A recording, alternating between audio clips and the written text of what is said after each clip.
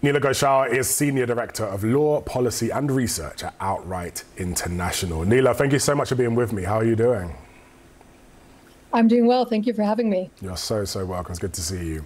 Your report comes after what you call a super election year, with nearly half of the world's population in voting nations. When you looked across all of those different countries, what picture emerged about how LGBTQ people are being included or excluded from democracy?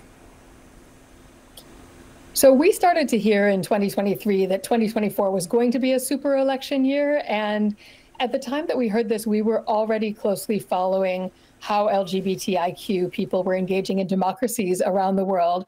And we thought that it would really be an excellent opportunity to take a specific time-bound sample, the year of 2024, and look at what elections did look like for LGBTIQ people, how LGBTIQ people were able to participate or were inhibited from participating in elections, LGBTIQ people's participation in broader democracy movements, and LGBTIQ hate speech and political weaponization of LGBTIQ issues in elections. And overall, there were clear obstacles to LGBTIQ participation, and this included discrimination, violence, the fact that around 65 countries do continue to criminalize sexual orientation, and also the fact that in many countries, trans people can't get IDs that reflect their lived name, gender, and identity. One of your findings is that the queer people that you spoke to were actively voting and monitoring elections and even running for office, despite huge risks. What were some of those barriers and issues that they faced? Well, they faced a huge amount of political homophobia and transphobia. And so in many of the countries in which we did document queer people running for office, their sexual orientation or gender identity was used against them by their political opponents and by their political opponents' supporters.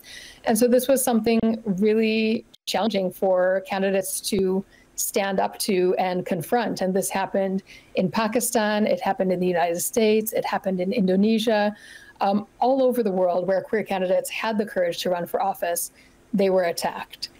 And sometimes the same was true for LGBTIQ organizations that were trying to organize just to mobilize communities to go out and vote. They were accused of implementing a foreign agenda or of introducing non-democratic principles into the country. There was this idea that being LGBTIQ in many countries was supposedly something that was against national interest or against tradition, and this was used against LGBTIQ people at every stage of the political process. And so it's really amazing to see that even with these barriers and these obstacles and this hatred and vitriol directed toward political candidates and activists and organizers personally, that they had the courage to continue plowing forward. In some places, you found that elections became a competition of who was the most homophobic. How widespread is this trend of politicians weaponizing LGBTQ rights for their political gain? Unfortunately, it's shockingly widespread. And we were documenting all of these different cases, and we didn't put the numbers together until the very end of the research. And we discovered that out of 60 countries where we had documented the elections in 2024, in 51 of them, politicians were using anti-LGBTIQ campaigning. So either claiming that an opposing party was going to take measures to advance LGBTIQ rights in ways that were not expected to be popular among the public, accusing their political opponents of being queer, and using this language that comes from particular contexts but has really been globalized, like accusing their opponents of gender ideology or even of wokeism. The word wokeism was used in countries where it's almost unpronounceable, but it was an idea that was sort of exported from the United States as an epithet against people who are pursuing equality. Your report also includes clear recommendations for governments and election bodies and society in general. If you had to highlight one urgent step to better protect LGBTQ political participation worldwide, what would it be? Probably one of the key institutions that plays a role in most societies is the election agencies, the agencies that run the elections. In some countries, like Romania and Moldova, countries where there is still a high level of societal homophobia and transphobia, activists were able to work with these election bodies and to tell them, here are the risks that we see facing queer communities, and here are some steps that you can take to address these risks. So for instance, let election workers know that there are some trans people whose identities won't necessarily match, you know, what they look like won't necessarily match the name on their ID card.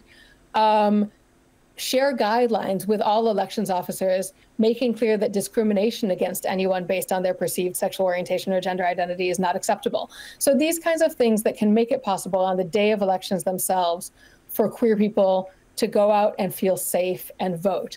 There's, of course, so much more that needs to be done. Political parties need to listen to and amplify the voices of queer candidates. They need to talk to queer communities. Donors need to fund the incredible work that LGBTIQ civil society organizations are doing to get LGBTIQ people to be part of the political process. But I would say let's start with the elections themselves and make sure that the elections are, in fact, free and fair and open to everybody, regardless of their sexual orientation or gender identity. Well, it is nice to know that some places around the world are doing good things to help people. So that's really genuinely good to know. I learned a lot from that. Neela Ghoshal, thank you so much for now. Appreciate it. Thank you very much.